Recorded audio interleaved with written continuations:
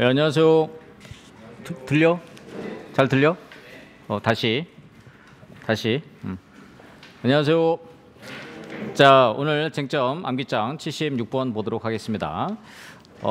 이게 우리 그 다음 주 이제 보강이 좀 하러 있어서 암기장 못한 것은 이 보강 때 한꺼번에 이렇게 하도록 하겠습니다. 진도가 조금 밀리다 보니까 제가 좀 빨리 이렇게 해가지고 이 페이지랑 이런 것들을 잘 못 알아들어서 공부하는데 어려움이 있다. 동영상에 또 이렇게 말씀을 주셔서 또박또박 차근차근 잘 할 테니까 죄송합니다. 그래서 또박또박 이게 이제 마음이 급하다 보니까 우리 암기장이랑 그 다음에 기본서 이렇게 빨리 넘어가는 그런 적이 있어가지고 한번 보강을 한 번 더 해서 차근차근 이렇게 하도록 하고요. 암기장 못한 부분들은 다음 주 보강 시간에 우리 20분 더 먼저 시작해가지고 암기장을 다 끝내고 그 다음에 이번에 나온 기출 문제를 여러분들한테 설명드리도록 하겠습니다.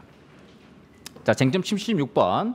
여기서 뭐 특별히 여러분들이 교재 볼 건 아니고요. 여러분들이 지금까지 공부했던 내용들을 정리를 해 볼 수 있는 그런 내용이 되겠습니다. 자, 영업 보상의 이제 가장 중요한 포인트, 이게 권리에 대한 보상도 된다는 거예요. 그래서 우리가 영업, 업, 농업 이게 다 보상의 대상이 되고, 이게 결국은 생활보상의 일환이고 일실 손실에 대한 보상이다, 이런 거의 핵심이고요.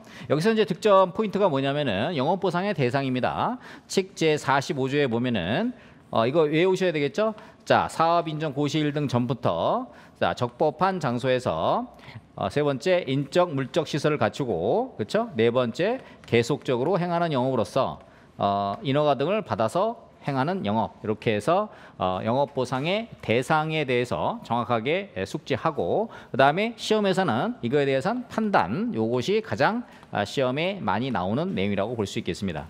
그래서 보통 우리가 그 유치원은 이제 영업 보상 대상이 되지 않는다 이렇게 보는데, 어린이집은 영업 보상의 대상이 된다 이렇게 보고 있고요. 또 영업 보상이 되는 게 우리가 무당, 그 다음에 뭐 명리학, 타로 이런 것들이 근린 생활시설에 적법한 장소에서 행해지는 경우에는 모두 보상, 영업 보상의 대상이 된다, 이렇게 판단을 해 보시면 좋을 것 같습니다. 자, 쟁점 17번에서 폐업과 휴업에 관련된 것은요. 자, 폐업은 2년, 휴업은 4개월치죠. 그렇죠? 2년이고 4월입니다. 그래서 폐업과 휴업에서 제일 핵심 포인트가 우리 법령에서는 세 가지 내용을 적시하고 있습니다. 자, 배우지의 특수성, 자, 허가 여부, 혐오 시설, 이렇게 해서 배허혐 이렇게 외우고 있고요. 판례에서는 이것이 배우지의 특수성, 허가, 그다음에 혐오 시설 이런 것뿐만 아니라 경제적, 사회적 요인들 이런 것들로 인해서 폐업이 불가피한 경우 이런 것을 모두 다 포함한다, 이렇게 보고 있습니다. 그래서 여기서 여러분들이 폐업과 휴업에서 그래서 특히 그 휴업은 이제 4개월치 보상, 폐업은 2년치 보상, 그렇죠? 이런 점에서 여러분들이 그 폐업에 대한 그 법정 요건 이런 것들을 판단하는 요것도 하나의 중요 포인트. 판례가 요 판단하는 문제가 이제 가장 시험에 많이 나오는 그런 내용이 되겠습니다. 그 다음에 쟁점 78번에 영업의 휴업 보상, 그렇죠? 자, 관련된 규정하고요. 그 다음에 자, 휴업 보상은 이제 4개월치 보상한다, 이런 내용이 있는데요. 자, 우리 그 교재 보시면 이와 관련돼서 우리 교재에 있는 내용을 한번 잠깐 보시면요. 쟁점 78번에 휴업보상에 관련된 거 시행규칙 제47조에 규율되어 있습니다. 그래서 요거는 여러분들이 규정을 숙지를 해 두시면 되겠어요. 자주 나오는 쟁점은 아닌데 규정이 있다는 거. 그래서 시행규칙 47조에서 영업에 대한 휴업보상, 그래서 공익사업 시행으로 인하여 영업의 장소를 이전하는 경우의 영업손실은 휴업기간에 해당하는 영업이익과 영업장소 이전 후 발생하는 270페이지 영업이익 감소액의 다음 각 회의 비용을 합한 금액이다 해서 휴업기간 관련된 거, 그래서 요 관련된 뭐 최소 인원의 고정비, 그 다음에 부대 비용 뭐 이런 것들 보상하도록 하고 있고, 통상 이게 한 4개월치 보상을 한다, 이렇게 보시면 되겠습니다. 자, 요 관련된 규정 내용을 여러분들 살펴보시면 되겠고요. 자, 쟁점 79번에서 사업의 폐지, 공익사업으로 인해서 지금 진행하던 각종 인허가 이런 것들이 중간에 이제 폐지할 수밖에 없는 그런 내용이죠. 시행규칙 제 47조에 규율을 하고 있습니다. 57조에 규율하고 있습니다. 그래서 57조 272페이지 보시면 57조에 보면 사업 폐지 등에 대한 보상, 공익사업 시행으로 인하여 건축물 등의 건축물의 건축을 위한 건축 허가 등 관계법령에 의한 절차를 진행 중이던 사업 등이 폐지, 변경 또는 중지되는 경우 그 사업에 소요된 법정 수수료, 그 밖의 비용 등의 손실에 대해서는 이를 보상해야 된다라고 규율하고 있습니다. 그래서 이 규정을 여러분들이 숙지해 두시게 되겠고요. 자, 이에 대한 불복에 관련돼서는 판례가 있습니다. 판례가 사업 폐지의 비용 보상. 이게 이제 공익사업 시행주구 박 79조 제2항과 같이 묶여서 요거는 공법상 권리에서 뭐다? 행정 소송으로 다툰다. 이렇게 보고 있습니다. 실무에서도 사업 폐지의 비용 보상에 대해서는 별도의 보상 평가를 해서 재결 대상이다. 그래서 보상 평가를 해서 보상을 준다. 이렇게 여러분들도 알아두시면 되겠습니다. 저 관련된 내용 보시면 되겠고요. 자, 그다음에 농업손실보상 쟁점 80번. 자, 농업손실보상. 그래서 우리가 농지를 취득함으로 해서 농민이 그에 대해서 뭐예요?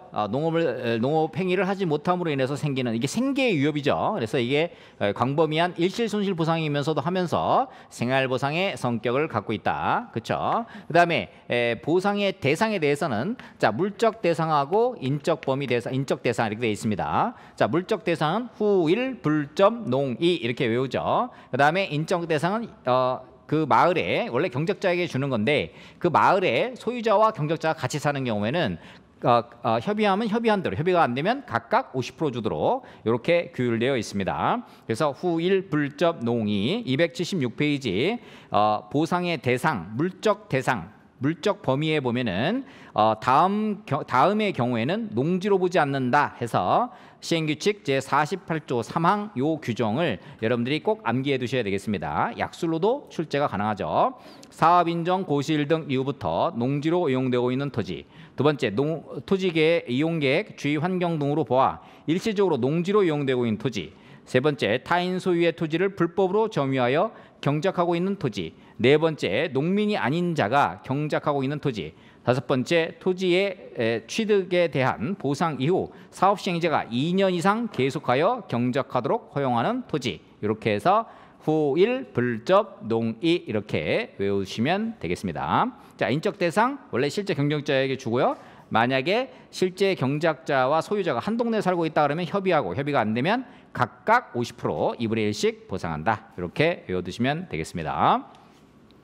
277페이지 암기장 보상법규 4판 암기장에 보면 최근 판례 자 농업손실보상은 공법상 권리로서 행정소송해야 된다. 이거 꼭 외워두셔야 되겠습니다.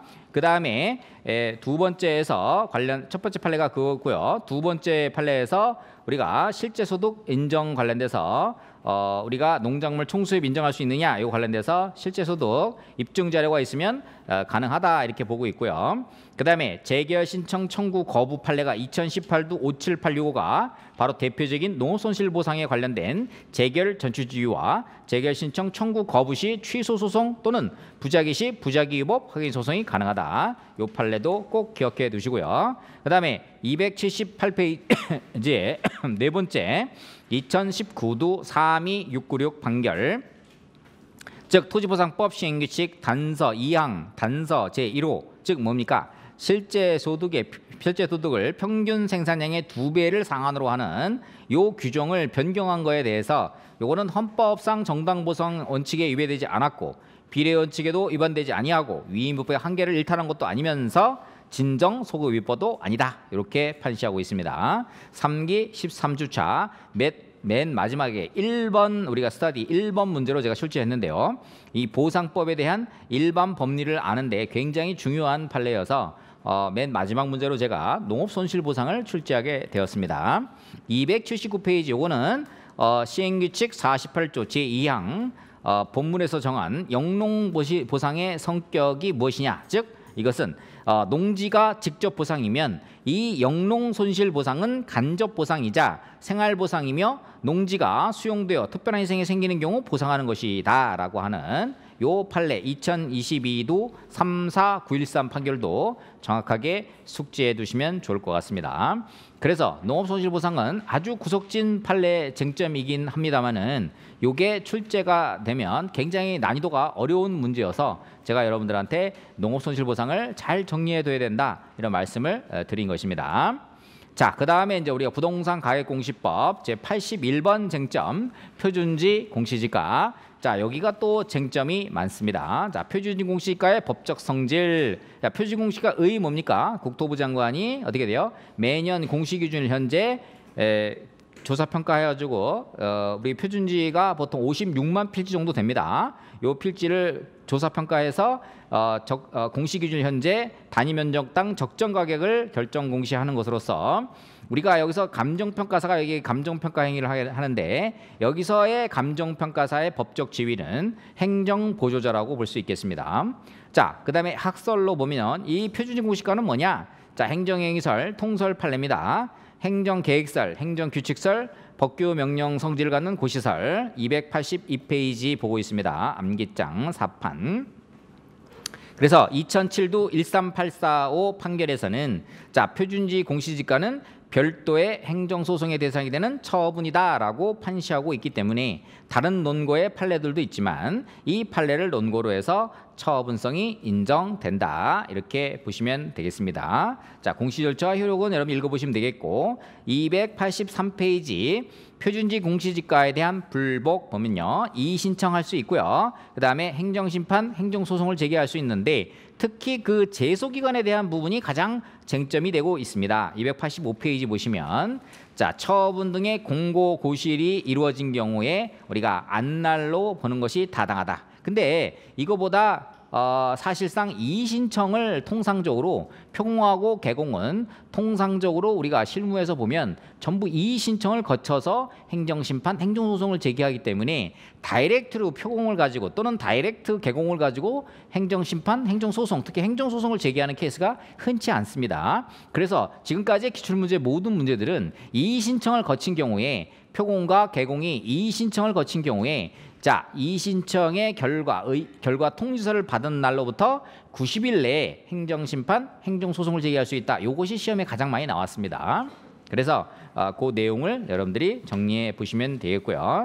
자, 표준지 공시지가와 개별 공시지가는 하자승계가 가장 많이 나오죠. 자, 표공과 개공 관련돼서 하자승계 인정된다 안 된다? 안 된다. 별개의 법률효과 목적으로 해서 안 된다. 286페이지 표공하고 과세처분 된다 안 된다? 안 된다. 별개의 법률효과 되는 게 하나 있어요. 표공과 수용재결 2007도 13845 이렇게 판례 외워두시면 되겠습니다. 오늘 여러분들한테 나눠드린 논문 중에 우리가 흠이 있는 개공과 가세처분 관련돼서 하자승계 인정되는 판례 중에 판례표 중에 보면 오타가 하나 있어요. 그렇죠? 논문도 보니까 오타가 있다. 그렇죠?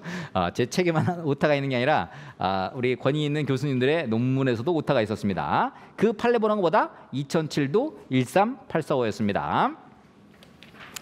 그래서 그 뒤에 있는 쟁점 보시면 되겠고요. 쟁점 82번에서 개별 공시지가 이것도 중요하죠. 자, 개공은 시장군수구청장이 뭐예요?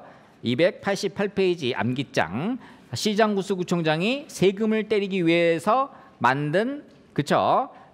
우리 공시기준일 현재 어떻게 돼요? 매년 부동산 가격 공시회 심의를 거쳐 매년 공시기준일 현재 관할구역 안에 개별 토지 가격의 단위 면적당 가격을 공시하는 것을 우리가 개별 공시지가라고 합니다. 전체 개별 공시지가는 약 3,800만 필지가 있고 국공유지 빼면은 약 3,600만 필지가 기본적으로 우리가 개별 공시지가로 매년 공시가 결정 공시가 됩니다.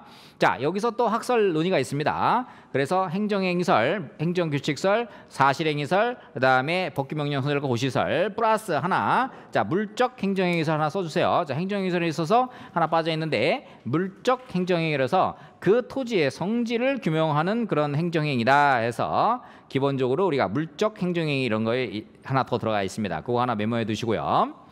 그래서 우리가 물적 행정이기 때문에 직권정정이라 표현을 하지 개별 공시지가를 변경하는 거에 대해서 변경 처분이라는 표현을 쓴다 안 쓴다? 쓰지 않는다. 왜냐하면 물적 행정이기 때문에 그 자체로 국민의 권리에 영향을 미치는 것이 아니라 어떻게 돼요? 그것이 과표로 작용하고 그 이후에 어떤 세금을 때리는 기준으로 작용하기 때문에 그렇게 표현을 한다. 이렇게 보시면 되겠습니다. 마찬가지 판례는 개공은 국민의 과세 기준이 되기 때문에 법률상 이익이 있고 그렇죠. 따라서 이것이 처분성 인정된다. 이렇게 보시면 되겠습니다. 자, 개공의 불법 11조 이의신청하죠.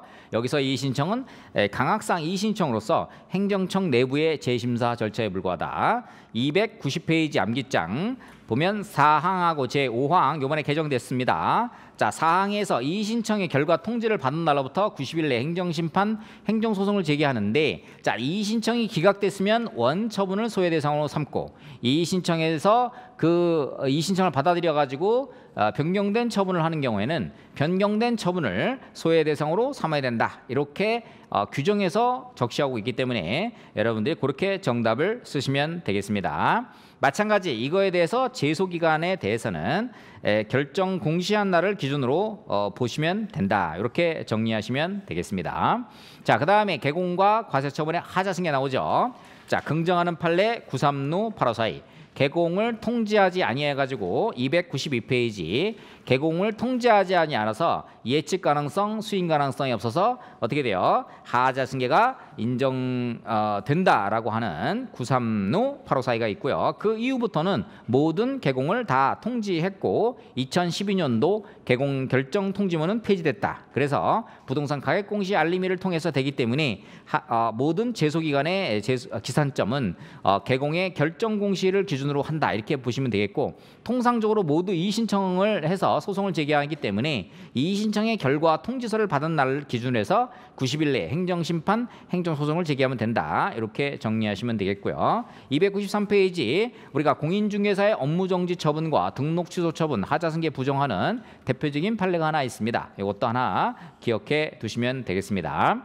쟁점 83번 개별공시가의 직권정정 요게 별표 3개 뒤에 296페이지 요거에 대해서 제소기간 A급 요거 별표 3개 쳐놓으시고요.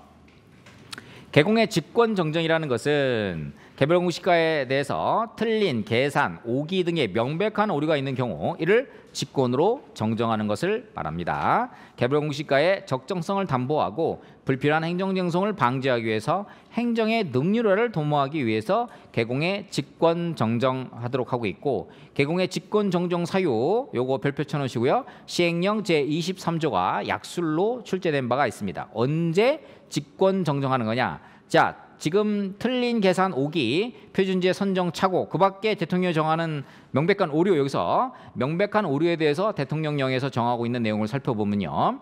공시 절차를 완전하게 이행하지 아니한 경우 294페이지 두 번째 목차에서 그 다음에 2번에서 용도지역 등 토지가격에 영향을 미치는 주요 요인의 조사를 잘못한 경우 세 번째 토지가격 비준표의 적용에 오류가 있는 경우 요게 약술로 출제된 바가 있습니다. 요거는 꼭 좀 기억을 해두시죠. 개공의 직권 정정을 왜 변경 처분이라고 하지 않는다고 제가 말씀드렸습니까? 개공이 물적 행정행위 때문에 토지의 성질에 대한 행위로서 개공의 직권 정정을 한다고 해서 국민의 권리 의무가 직접적으로 변동되는 것이 아니기 때문에 개공의 직권 정정을 변경 처분이라고 하지 않는다. 요 내용 알아두시고요. 자, 개공의 직권 정정에 대한 신청 불가의 통지에 대해서는 관념의 통지다 이렇게 보고 있습니다. 그리고 개공의 직권 정정의 결정 공시에 대해서는 소급표. 이 소급표는 뭐예요? 공시 기준일에 소급한다라는 거고요. 그 다음에 제소기간은 요거 개공의 직권 정정은 새로운 처분으로 봐서 개공의 직권 정정을 결정 공시한 날 또는 통지한 날로부터 90일 내에 행정 소송을 제기하면 된다. 이렇게 하면 되겠고요. 295페이지 꼭 명백한 하자가 있는 경우에만 정정할 수 있느냐? 꼭 그런 것은 아니다. 명백한 오류는 예시 규정에 불과하기 때문에 꼭 명백한 하자가 있는 경우 아니어도 된다. 이렇게 보시면 되겠습니다. 296페이지 그래서 개공의 정정 불가 통지는 관념의 통지로서 항고 소송의 대상이 되는 것이 처분이 아니다. 쟁점 1번. 두 번째, 개별공시가 직권 정정 소급표 언제? 공시 기준의 소급화의 효력이 발생한다. 두 번째. 세 번째, 개별공시가 이의신청 행정심판에서 행정소송에 대한 제소기간의 논거는 뭘로 쓴다? 2008도 19587로 쓴다. 그렇죠? 요거는 시험에 맨날 나오는 거니까 297페이지 별표 3개 쳐놓으시고요. 그 다음에 개공의 이의신청의 제소기간은 언제? 이의신청 결과 통지서를 받은 날로부터 90일 내에 행정심판, 행정소송을 제기하면 된다. 그렇죠? 여기까지 해서 여러분들께서 딸딸딸 외워두시면 좋을 것 같습니다. 자, 다음 시간에 84번 쟁점부터 끝까지 암기장은 그렇게 하도록 하고요. 요거는 다음 시간 우리 보강 때 한꺼번에 다 하도록 하고 이번 시간에 암기장은 여기까지 하겠습니다.